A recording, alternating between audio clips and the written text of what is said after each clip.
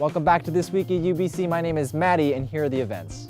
On behalf of the Bank of Canada, Dean Catherine Deverne of the Allard School of Law is pleased to invite you to a special ceremony to issue the new $10 banknote. This banknote will feature Viola Desmond, Canadian civil rights icon. Are you interested in engineering or architecture? Meet with students, staff, and professors from both of these majors to explore all of the possibilities at the UBC Engineering Open House. Join us for 2 weeks of fun-filled events with UBC Community United Way's Possibility Weeks. There will be events such as a bake sale, clothing sale, a yoga stretch for a cause, and much, much more. For a lot of people, including myself, networking can be pretty awkward. If you feel this way, you're not alone. Join us for a panel full of UBC alumni where they'll talk about the highs and lows of their networking adventures.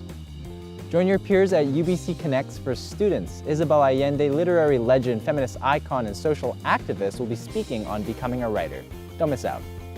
Also part of the UBC Connects series, you can catch Isabel Allende's The Alchemy of Truth, the power of story to change the world. This event is sold out, but you can catch the live stream for free online.